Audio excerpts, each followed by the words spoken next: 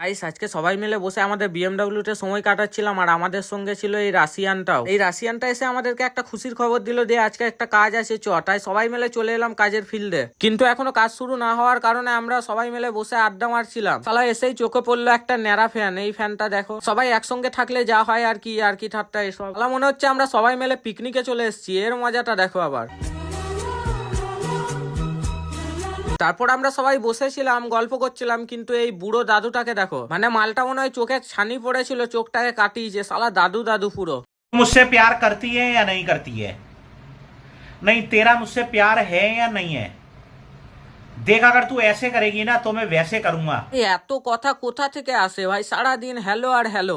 তারপর আমাদের কাজ শেষ হয়ে গেল আর আমরা সবাই মিলে বসে পড়লাম খেতে। রাশিয়ানটাকে দেখো। যাই হোক, খাওয়ার সময় বেশি কথা বলতে নাই, বেশি বকতে নাই, খেয়ে নি। তারপর তোমাদেরকে দেখাচ্ছি একটা খেলনাকে নিয়ে। এই মালটাকে দেখো, এই খেলনাটাকে মনে হয় শালা বাজারে দুগদুগি, যে পারে সে বাজি দিয়ে চলে যায়। সবাই মিলে ধরেছে, বলছে শালা গলা টিপে কলা খাইয়ে দেবো। যাই হোক, আজকের কাজে এসে অনেক মজা ইয়ার্কি ঠাট্টা হলো। এরকম আবার কবে হবে কি জানি। আমরা আপাতত এখন বাড়ি যাই। টাটা।